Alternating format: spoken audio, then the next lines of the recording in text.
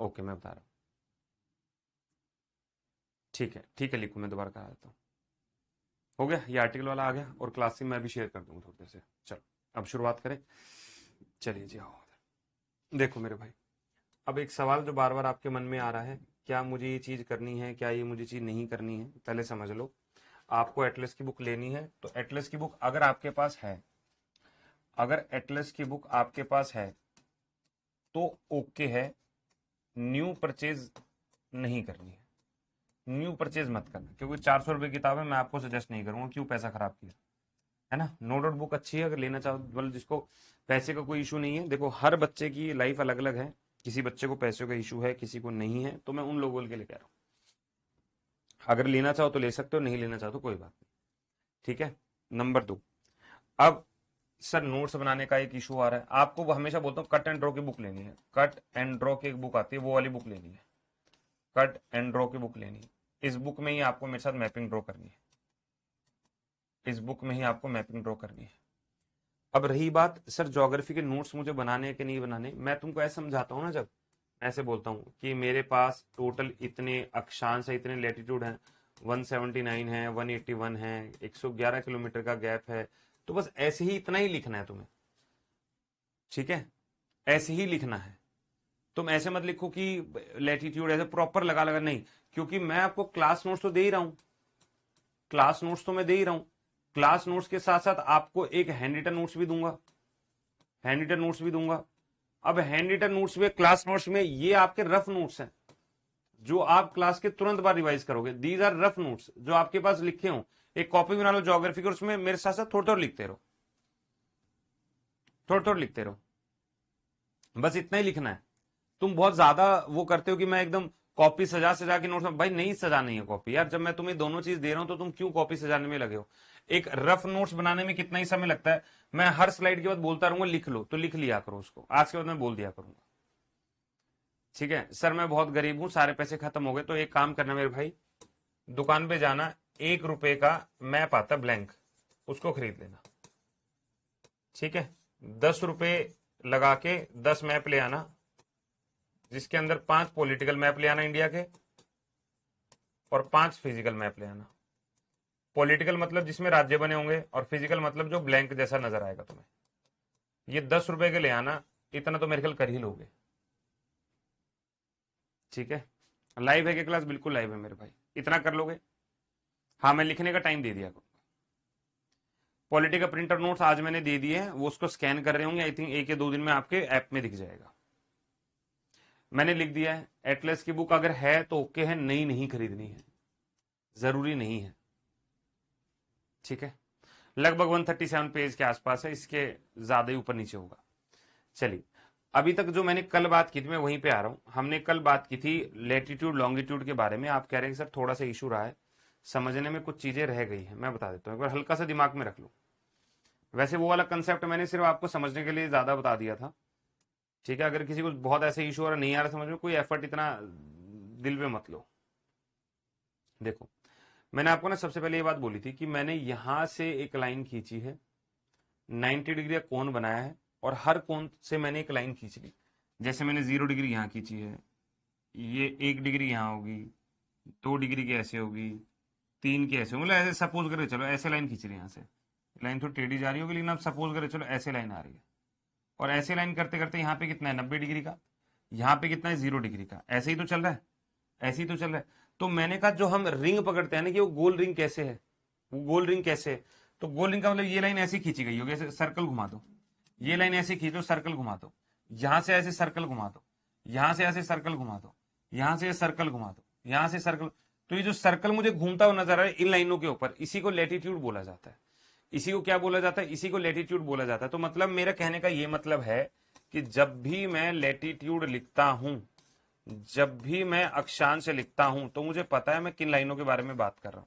तो इन सर्कल और लाइन के बारे में बात कर रहा हूं। यहां सर्कल लगाते लगाते 90 लाइन ऊपर चली गई, सेम सर्कल लगाते लगाते 90 लाइन नीचे चली गई, बीच का एक इक्वेटर वाली को मेजर कर दो, तो कुल लेटीट्यूड मेरे पास 181 है, 90 ऊपर के, 90 नीचे के, और एक इक्वेटर की लाइन, ये मैंने कल लिखी थी, ये कल मैंने लिखी थी, ठीक है, ये कल मैंने लिखी थी, यहां तक पहले बात क्लियर है। नंबर 2 पर आ जाओ। दूसरी बात मैंने ये बोली थी कि अगर मैं लाइनों काउंट करता हूं तो सर्कल बनता बनता ना यहां पे डॉट आ जाता आखिरी में। ऐसी जब सर्कल बनाता हूं तो यहां पे डॉट आ जाता आखिरी में। तो जब मैं इन 2 डॉट को देखता हूं तो लाइन काउंट नहीं करता, क्योंकि ये तो डॉट बन गए, बिंदु बन गए, तो बिंदु को काउंट नहीं करूंगा। तो अगर मुझसे वो लाइन पूछता है कि लैटिट्यूड की लाइन बता दो, अगर वो मुझसे लैटिट्यूड की लाइन पूछ रहा है तो लाइन में मैं आंसर 179 लगा देता हूं कि मैं इनको हटा देता हूं, एक ये बिंदु हटा दे, एक ये बिंदु हटा दे, तो 179 मैंने आंसर लगा दिया। ये था कल सवाल। ठीक है, इतना मैंने पढ़ा था। दूसरी बात मैंने कहा था 2 लैटिट्यूड के बीच में अंतर कितने किलोमीटर का है सर? 2 अक्षांश के बीच में, 2 अक्षांश के बीच में अगर अंतर वो पूछ लेगा तो मैं लगा दूंगा 111 किलोमीटर का अंतर है। किसी बच्चे को यहां तक कोई डाउट है तो पूछो, है ना। ये कल हमने बहुत सिंपल सिंपल चीजें की थी। इसके बाद मैंने आपको हमेशा एक चीज बोली है कि मेरे सामने कभी भी लैटिट्यूड और लॉन्गिट्यूड आता है तो उनका मतलब क्या होता है।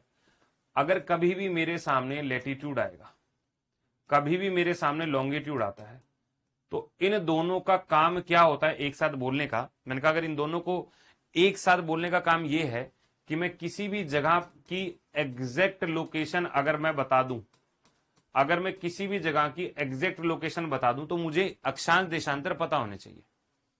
अक्षांश देशांतर पता होने चाहिए, तब जाके मैं बता दूंगा कि हाँ यार ऐसे हो रहा है।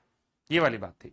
अब मैंने कल पढ़ा था भारत के बारे में, मैंने पढ़ा कल भारत के बारे में। मैंने कहा भारत को अगर मुझे एग्जैक्ट लोकेशन पे बताना है तो पहली बात मैंने ऐसे 4 क्वाड्रेंट बना लिए।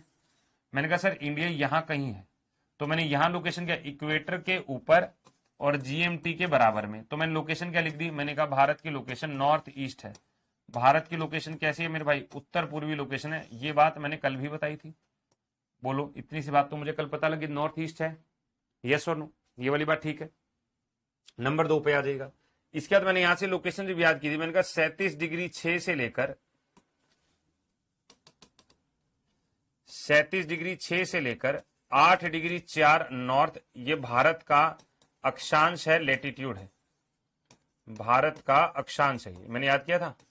और अगर मैं 68 डिग्री 7 से लेकर 97 डिग्री 25 पे चला जाता हूं ईस्ट में, तो ये भारत का लॉन्गिट्यूड है, ये भारत का देशांतर है। बोलो किसी बच्चे को यहां कोई दिक्कत है? ये मैंने कल बताया था, आप लोग कल बताया था। ठीक है, अब एक बात इस डायग्राम को यहां देख लेते हैं जो हमने कल पढ़ा था।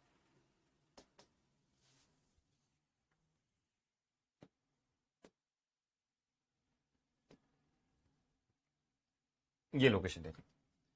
अब मैंने ये पढ़ा था कि भारत का जो अक्षांशीय विस्तार है, अक्षांशीय विस्तार है 8 डिग्री 4 कन्याकुमारी से लेकर 37 डिग्री 6 लद्दाख में है, और जो देशांतर है वो 68 डिग्री 7 से लेकर 97 डिग्री 25 अरुणाचल प्रदेश तक है। अगर किसी को लिखना है तो ये लिखते रहा करो। ठीक है सर, ईस्ट और नॉर्थ भी बोल सकते हैं क्या? जनरली हम नॉर्थ साउथ के बाद में लिखते हैं, जनरली हम नॉर्थ साउथ के बाद में कोई डायरेक्शन लिखते हैं। जैसे अगर मैं चला जाऊं तो मैं लिखूं नॉर्थ वेस्ट, नॉर्थ ईस्ट, ऐसे साउथ वेस्ट, साउथ ईस्ट, इसके बाद में लिखते हैं। ठीक है, अब मुझे लोकेशन आपने बता दी, मैंने ये कहा है कि वो 37 डिग्री 6 ना यहां पे लद्दाख के बिल्कुल इस बॉर्डर पे, 8 डिग्री 4 कन्याकुमारी यहां है वो, अरुणाचल प्रदेश में यहां है वो, गुजरात की लोकेशन पे यहां है वो, और जो भारत का सबसे आखिरी बिंदु है वो अंडमान निकोबार में यहां है। तो मुझे लोकेशन लगभग ये पता है कि भारत का अगर मैं कोना लगा दूं, सर ये तो बहुत ज्यादा हार्ड है। ये हार्ड है क्या? इतना हार्ड तो नहीं है जितना हार्ड आप लोगों को लग रहा है। एक बार इधर आओ, मुझे भारत का नक्शा याद है, मुझे भारत का नक्शा याद है ना? एक बार इधर आना, एक बार भारत का नक्शा देखो, मुझे पता है ना भारत का नक्शे के बारे में। ठीक है, मैप में सब खिचड़ी हो जाता है, तुम ध्यान से देखोगे तो दिक्कत नहीं होगी। एक बार ध्यान से देखो, पहले भारत का नक्शा तुम्हें हल्का सा याद करो कि ऐसा एक नक्शा होता है, हल्का सा याद करते हैं। पहले मैं तुम्हें बेसिक ही बता देता हूं, जल्दबाजी कोई नहीं करते। बिल्कुल मैं ये मान के चलता हूं कि तुम लोग कुछ नहीं पता।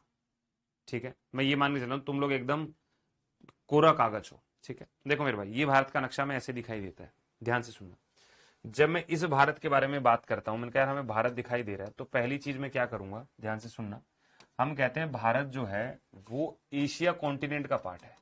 किसका पार्ट है मेरे भाई? एशिया कॉन्टिनेंट का पार्ट है, नंबर 1। अगर मैं भारत के बारे में बात करता हूं तो पूरे विश्व का 2.4% है। कितना? 2.4% है, वो पूरे विश्व का है। मतलब पूरे विश्व में अगर मैं एरिया वाइज देख लूं, क्षेत्रफल की दृष्टि से देखता हूं, मैं एरिया वाइज देखता हूं, तो मुझे ये पता चलता है कि पूरा भारत जो है वो 2.4% का कवर करता है। ये वाली बात मैं मान के चलता हूं। ठीक है। नंबर 2, अब जब मैं इस भारत को देखता हूं तो मुझे इनके स्टेट, यूनियन टेरिटरी पता है। तो भारत के अंदर कुल राज्यों की संख्या कितनी है सर? सबको पता है 28 है। और अगर केंद्र शासित की बात करता हूं तो 8 है। ये दूसरी कंडीशन मुझे अच्छे से याद है। ठीक है। नंबर 3 पर आइएगा। अब जब मैं इस भारत को देखता हूं तो मैं देखता हूं यार बिल्कुल टॉप की जो लोकेशन है ना सर, ये वाली जगह जो है वो लद्दाख है। ठीक है, ये हमको पता लगनी चाहिए कि ऊपर जो भारत के सबसे नॉर्थ में जाता हूं तो सबसे नॉर्थ में जो जगह नजर आती है वो लद्दाख नजर आती है। वही जब मैं भारत के पश्चिम में आता हूं तो ये जगह कौन सी मेरे भाई? सर ये गुजरात है, गुज्जू लोकेशन है। अगर मैं नॉर्थ ईस्ट में जाता हूं, ये वो जगह है सर, ये कौन सी जगह है मेरे भाई? ये अरुणाचल प्रदेश की जगह है। कौन सी जगह है? अरुणाचल प्रदेश। यहां तक मुझे समझ में आई बात? भाई मुझे कम से कम राज्य पता होना चाहिए, कौन सा राज्य कहां पे है। नंबर 3 पर आ जाएगा। अगर मैं भारत के सबसे नीचे देखता हूं, ये वो राज्य जो है जिसको हम क्या बोलते हैं? तमिलनाडु बोलते हैं। तो अगर कोई व्यक्ति मुझसे कभी भी ये कहेगा कि इन सब के आखिरी बिंदु बताओ, तो मुझे गुजरात, अरुणाचल, लद्दाख और तमिलनाडु का बिंदु पूछ रहा होगा, इन्हीं का आखिरी पॉइंट पूछ रहा होगा। सही है। नंबर 2 पर आ जाओ। अगर मैं ये कहता हूं, ये जो मुझे आइलैंड दिखाई दे रहा है सर, ये कौन सा आइलैंड है? ये सर अंडमान निकोबार है। कौन सा है सर? अंडमान निकोबार, नंबर 1। और ये जो मुझे आइलैंड दिखाई दे रहा है, कौन सा आइलैंड है सर? ये है लक्षद्वीप। ये कौन सा है? लक्षद्वीप। नंबर 2, जब मैं इंडिया को देखता हूं ना, तो इंडिया दो तरह की बॉर्डर बनाता है। ऊपर जो बॉर्डर बनाता है, यहां वो बनाता है अंतरराष्ट्रीय सीमा। यहां क्या बना रहा है मेरे भाई? इंटरनेशनल बॉर्डर बना रहा है। इंटरनेशनल बॉर्डर का मतलब यह कि अलग अलग देशों से सीमा बनाना। ये मैं याद रख लूंगा, बिल्कुल याद रखूंगा। नंबर 2 पर आ जाएगा। नीचे जब मैं देखता हूं तो ये सारा पानी तो है, तो यहां पर आता है बंगाल की खाड़ी और यहां पर आता है अरब सागर, यानी अरेबियन सी। तो एक चीज समझिएगा, जब मैं अंडमान निकोबार की बात करता हूं तो ये बंगाल की खाड़ी में है, और जब मैं लक्षद्वीप के बारे में बात करता हूं तो ये अरब सागर में है। यहां तक मुझे समझ में आया? अच्छा सर, फिर ये नीचे क्या है भाई? नीचे जो है ये वाला एरिया, यहां जो शुरू होगा वो कौन सा शुरू होगा? हमारा सबसे बड़ा महासागर, हमारे लिए सबसे बड़ा, इंडियन ओशन है। ये ऐसा ओशन जो किसी देश के नाम पर रखा गया है, हिंद महासागर, ये हमारे सबसे नीचे और सबसे बड़ा वाटर बॉडी हमारे पास यही नजर आता है। हिंद महासागर ये नजर आएगा। नीचे वाला पूरा क्या होगा? हिंद महासागर होगा। एक बार यहां तक देखो, मुझे बात समझ में आई या नहीं, क्योंकि इनको जानना पहले जरूरी। ठीक है, एक बार आराम से देखो। लद्दाख, गुजरात, तमिलनाडु, अरुणाचल यहां पे हो गया, अंडमान निकोबार यहां है, लक्षद्वीप यहां पे है। हमारा सबसे निचला पॉइंट ये पॉइंट होता है, इससे नीचे हमारे कोई पॉइंट नहीं है। सबसे निचला पॉइंट भारत का ये है। सर गल्फ और सी में डिफरेंस क्या होता है? आओ मेरे भाई देखो। सबसे पहले यहां तक लिख लिया, समझिएगा। एक वर्ड में बोलता हूं बे, यानी हिंदी में बोला जाता है खाड़ी। दूसरा एक और वर्ड है जिसको बोला जाता है गल्फ। अगेन हिंदी में मैं इसको खाड़ी ही बोलता हूं, अंडरस्टैंडिंग के लिए बता रहा हूं। एक होता है सी, जिसको मैं सागर बोलता हूं, और एक होता है ओशन, जिसको मैं महासागर बोलता हूं। है ना? लगभग कुछ ऐसी बॉडी नजर आती है। एक होती है लेक्स, जिसको मैं झील बोलता हूं। ऐसा कुछ मेरे सामने बॉडी नजर आती है, ये कुछ अलग अलग है। देखो, सबसे पहले जब मैं बे के बारे में बोलता हूं ना, आप ये मान के चलो मेरे पास ऐसी कोई वाटर बॉडी है जहां पर पानी का आना और जहां पर पानी का जाना आसान है। मतलब क्या है? ये वो एरिया हो गया जहां पर पानी आता है और जाता है। किसी भी सोर्स के थ्रू यहां पे पानी आना और यहां पे पानी जाना आसान है। अगर मैं इस पानी के स्टोर को थोड़ा टाइट कर दूं, यहां पर पानी आता है, यहां से पानी जाता है, लेकिन आने जाने का रास्ता बड़ा कम है, उसको मैं गल्फ बोलता हूं। ठीक है, उसको मैं क्या बोलता हूं? उसको मैं बड़ा गल्फ बोलता हूं। इधर आ जाओ। पहला वर्ड मैंने क्या बोला? मैंने कहा जहां पर पानी का आने जाने का रास्ता बड़ा आसान है, उसको मैंने बे बोल दिया। बे, बे कैसे? बे ऑफ बंगाल। एग्जाम्पल क्या है? इसे बोल दिया मैंने बे ऑफ बंगाल, बंगाल की खाड़ी। ठीक है, ये हो गया एग्जाम्पल, इसका ही हो गया। और जहां पर मुझे कम नजर आता है, example gulf of Mannar. Mannar का गल्फ एकदम छोटा रास्ता है, गल्फ ऑफ मन्नार। आने जाने का रास्ता बिल्कुल कम है। यहां पे ये जो पॉइंट होगा ये एकदम नैरो होगा, बारीक होगा, कम रास्ता होगा। यहां पे कैसा रास्ता होगा? यहां पे ब्रॉड रास्ता होगा, चौड़ा रास्ता होगा। सही है यहां तक? हाँ सर, ठीक है, इधर आ जाओ। अब आता है सागर और महासागर। सर सागर और महासागर में एक अंतर है, ये होता है मेरे भाई छोटा और ये होता है बड़ा। मतलब बहुत सारे सागर महासागर में मिल जाते हैं, बहुत सारे सागर महासागर में मिल जाते हैं क्योंकि ये बहुत छोटे होते हैं और ये बहुत बड़ा होता है, तो इसमें जब मिलते हैं तो साइज का डिफरेंस आता है। अच्छा, बहुत सारे लोग कहते हैं सर सैलिनिटी का फर्क आता है, डिपेंड करता है। कई सागर बहुत ज्यादा सैलाइन है, बहुत सारे लवणीय है, बहुत सारा खारे हैं, लेकिन ऐसा जरूरी नहीं कि ओशन भी ऐसा ही कुछ मैच करे। तो आप इनमें सैलिनिटी को लेकर पंगा नहीं करेंगे, बेसिकली साइज को लेकर पंगा होता है। जो छोटा होगा वो सागर होगा और वो महासागर में जाके मिल जाएगा, और ये भी जरूरी नहीं कि वो महासागर में मिले, लेकिन होता यही है। नंबर 2, झील क्या होता है? एक तरह का रुका हुआ पानी, एक तरह का रुका हुआ पानी जिसको हम झील कहते हैं। जनरली यही तो होता है, एक जगह अगर पानी रोक दिया जाए, एक जगह पर पानी को कलेक्ट कर लिया जाए, उसे हम जनरली बोलते हैं झील। एग्जाम्पल लेता हूं, सुकना झील।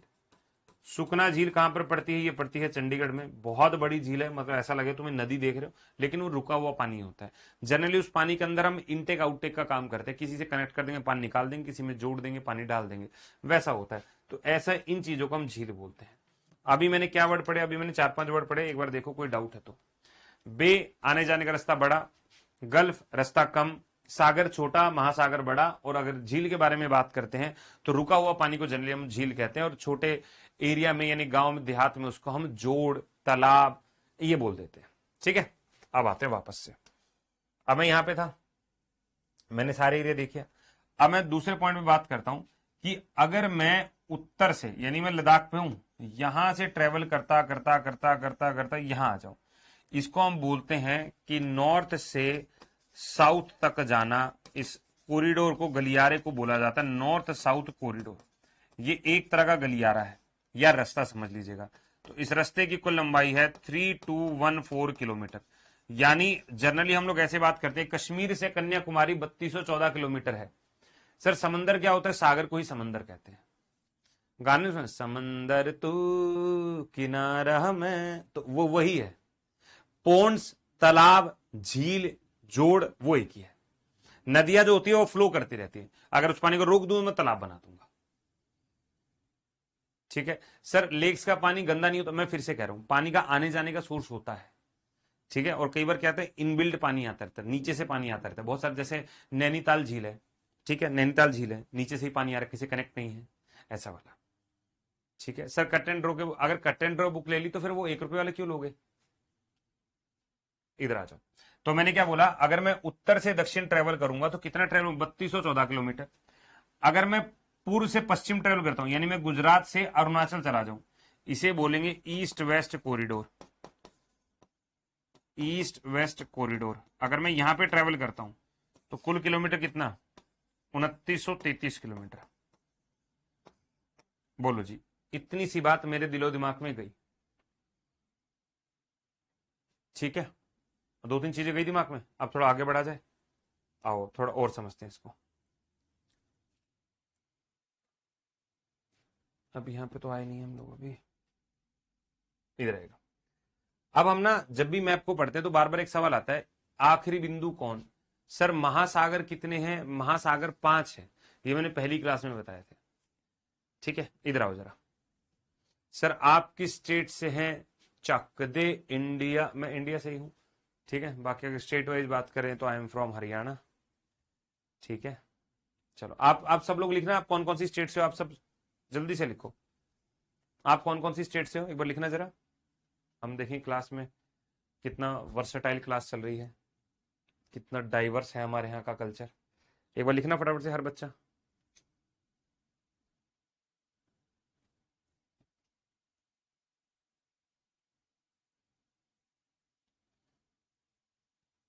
हाँ हाँ हाँ, बिल्कुल आएगा भाई। पंजाब से हैं, बिहार से हैं, एमपी से हैं, राजस्थान से हैं, उड़ीसा से, उत्तराखंड, बिहार, हरियाणा, बिहार, झारखंड, यूपी, राजस्थान। राजस्थान में काफी लोग हैं, एमपी से काफी हैं, यूपी से भी काफी हैं, बिहार, वेरी गुड यार।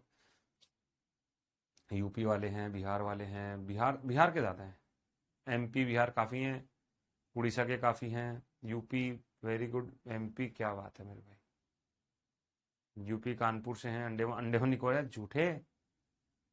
बहुत बढ़िया मेरे भाई, गजब यार, क्लास एकदम बेहतरीन है। ये तो एकदम कलरफुल क्लास हो गई, पर ज्यादातर मुझे जो नजर में आया वो नॉर्दर्न बेल्ट में ज्यादा नजर में आई है। ठीक है, उड़ीसा छत्तीसगढ़ से काफी लोग हैं, बिहार से हैं, वेरी गुड यार, दिल्ली से हैं, दिल्ली से भी हैं, चलो वेरी गुड। चलो आओ जरा देखो, अब ध्यान से सुनना। देखो पहली बात, जब तक हम सब्जेक्ट को प्यार नहीं करेंगे ना, वो हमसे प्यार नहीं करेगा। आपने कहानी सुनी, जब कोई पहाड़ों पर जाता है तो वो पहाड़ों से बुलाते हैं, वो कहता है पहाड़ मुझे बुला रहे हैं। जब तक आप उस चीज से प्यार नहीं करोगे ना, वो चीज भी आपसे रिवर्ट में प्यार नहीं करेगी। ठीक है, आपको ही पता है ना, जब दो लोगों में प्यार होता है तो दोनों लोग एक दूसरे को प्यार करने चाहिए। अगर एक लोग प्यार करे और दूसरा नहीं करेगा तो रिश्ता नहीं चलेगा। सेम पढ़ाई के साथ है, आप पढ़ाई को प्यार करोगे, पढ़ाई रिवर्स आपको प्यार करेगी, और ये रियलिटी है, तुम समझ नहीं रहे हो इसे। अब geography is one of the subject जो मुझे ऐसा लगता है कि अगर आदमी समझना चाहे तो ज्योग्राफी इतना मजेदार सब्जेक्ट है, ठीक है, इतना मजेदार सब्जेक्ट है कि आपको लगेगा कि आपको ज्योग्राफी से प्यार हो गया, वो वाला सब्जेक्ट है ये। क्योंकि मुझे अपने आसपास को जानने को मौका मिल रहा है, मुझे अपने भारत को जानने को मौका मिल रहा है, तो ठीक है, तो हमें करना है भाई। पहली छूट गई है तो आज तीसरी ही क्लास है, 2 क्लास को खत्म कर लो, बस हो गया। इधर आइए, देखो जब मैं भारत के नक्शे को जैसे देखता हूँ कि हाँ दिखाई दे रहा है, तो सबसे पहले मैंने बोला कि ये जो पॉइंट होंगे ये भारत के सबसे उत्तरी पॉइंट होंगे, सबसे पश्चिमी पॉइंट होंगे, सबसे दक्षिणी पॉइंट होंगे, और सबसे पूर्वी पॉइंट होंगे, और ये वाला सबसे दक्षिणी पॉइंट होगा। ध्यान से, सबसे पहले हमने कहा, अगर मैंने मेनलैंड वाला कंसेप्ट बताया था आपको उस दिन, मेनलैंड क्या होता है? मेनलैंड का मतलब होता है, ये अगर भारत का नक्शा मैं देखता हूं तो जो भी राज्य, जो भी केंद्र शासित प्रदेश इससे जुड़ा हुआ है, मतलब वो इसी से अटैच्ड है, आसपास कोई मतलब नहीं, बस एक ही एरिया, एक ही पत्थर है जिससे सब कुछ जुड़ा हुआ है, तो इसको हम मुख्य भूमि बोलते हैं। इसको हम लोग क्या बोलते हैं? इसी को हम मेनलैंड बोलते हैं, इसी को मुख्य भूमि बोलते हैं। पहला पॉइंट तो ये याद रखिएगा। दूसरा, हम ये कहते हैं जब इस पे बात करते हैं ना, तो लक्षद्वीप हुआ या अंडमान निकोबार हुआ, अगर मैं इस लोकेशन पे बात करता हूं तो ये दोनों अलग हैं, भारत का हिस्सा तो है, लेकिन वो मेन हिस्से से टूटकर अलग चले गए। तो है तो भारत का हिस्सा ही, लेकिन मुझे याद करके रखना है। ठीक है सर, गुरुजी लेटीट्यूडनल एक्सटेंशन 36 से 97 कैसे होगा? लिखो एक बार इधर आओ। तुम ये कह रहे हो कि 37 डिग्री 6 से लेकर 97 डिग्री, ये पॉइंट हुआ ना, 97 डिग्री 25, ये लेटीट्यूडनल एक्सटेंड कैसे हुआ? खुद सोचो। ये लेटीट्यूड है और ये लॉन्गिट्यूड है, ये अक्षांश है और ये देशांतर है, दोनों का कोई मैच हुआ? दोनों का कोई मैच हुआ? नहीं हुआ। ठीक है, तो आपको यह समझना पड़ेगा कि अगर वो अक्षांशीय विस्तार पूछ रहा है तो मुझे आंसर क्या लगाना है, और अगर वो देशांतर विस्तार पूछे तो मुझे आंसर क्या लगाना है। दोनों में अंतर को समझिएगा। नंबर 2, अब मैं बात करूं, मैं भारत का नक्शा मेरे पास, यस, तो मैंने सबसे पहले बात बोली कि जो मेरा मेन लैंड का सबसे आखिरी बिंदु है वो कन्याकुमारी और केप कैमोरिन है। वो क्या है मेरे भाई? कन्याकुमारी और केप कैमोरिन है। वो पड़ता कहां है सर? यहां पड़ता है तमिलनाडु में। और उसने लिखा क्या है? सबसे दक्षिणी मुख्य भूमि का बिंदु, मतलब उसने कहा मुख्य भूमि का बिंदु है ये, लास्ट पॉइंट है ये मैं दिमाग में रखूंगा। ठीक है, नंबर 2, इसके बाद मैंने क्या बोला? Southern most point. अब मुख्य भूमि का बिंदु तो हुआ ये, और वैसे सबसे आखिरी पॉइंट कौन सा हुआ? वो फिर ये अंडमान निकोबार वाला हुआ। यहां पे आगे मुझे पता चला, तो ये जो पॉइंट आया तो मैंने लिख दिया इसको, ये इंदिरा पॉइंट होता है, पार्सन पॉइंट होता है, पगमेलिन और लाचिंग है। इंदिरा पॉइंट है, पार्सन है, जिमेलियन पॉइंट है, और लाहिचिंग पॉइंट है। 4 पॉइंट याद हुए? यस और नो? हाँ ठीक है। इसके बाद वो कहता है नॉर्दर्न मोस्ट, सबसे ऊपर वाला बिंदु ये जो है इसको बोला जाता है इंदिरा कोल। क्या बोला जाएगा? इंदिरा कोल। तो ये लिखा हमने इंदिरा कोल पॉइंट, काराकोरम श्रेणी के अंदर है। वहीं अगर मैं अरुणाचल की तरफ आता हूं तो इसी को बोले की बीथू। क्या बोला जाएगा? की बीथू और वांगलू, ये दो नाम याद कर ले, की बीथू और वांगलू मुझे याद करना है। नेक्स्ट हमारे पास जो आता है पश्चिमी पॉइंट जो है, इसका नाम है घोर मोती, ये वाला पॉइंट है, इसी को राजगिरी क्रिक भी बोलते हैं। तो अगर मैं ये बोलना चाह रहा हूं, कि मेरे पास 4 अलग अलग बिंदु है, ये मैंने लास्ट क्लास में बताया था, बस तुम्हारी अंडरस्टैंडिंग के लिए दोबारा बताने पड़ रहा है। लद्दाख सबसे ऊपर है, गुजरात यहां पर है, अरुणाचल प्रदेश यहां पर। आप लोग आंसर लिखो, इनके पॉइंट का नाम क्या क्या है? साउदर्न पॉइंट है ये, तमिलनाडु, और ये अंडमान निकोबार वाला पॉइंट। तो पहले तो हर बच्चा मुझे आंसर यहां देके बताएगा कि लद्दाख का ये जो पॉइंट है, इस पॉइंट का नाम क्या है। ठीक है, लद्दाख का ऊपर वाला पॉइंट क्या है? तो लद्दाख का जो ऊपर वाला ये वाला पॉइंट है ना, इसी का नाम है इंदिरा कोल। इसी का क्या नाम है? इंदिरा कोल। वही पहला वर्ड याद रखिएगा। कोल ऊपर आता है और पॉइंट नीचे आता है, कोल ऊपर आता है और पॉइंट नीचे आता है। यहां पे क्या आएगा सर, यहां पे आएगा इंदिरा पॉइंट।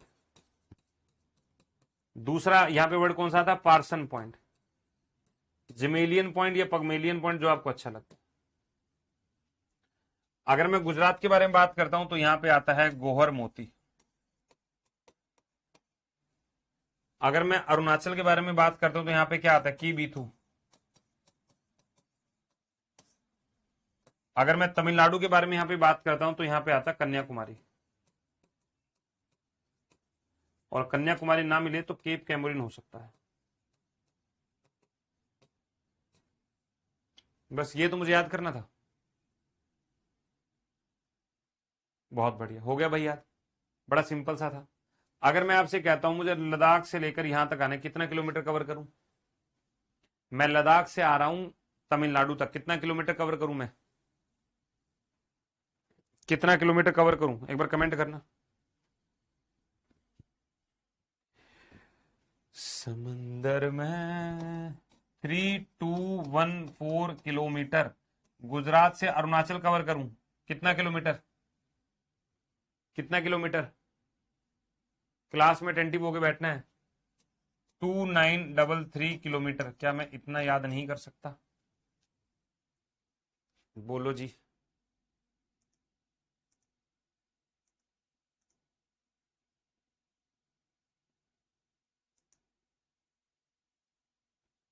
सर कर सकता हूं।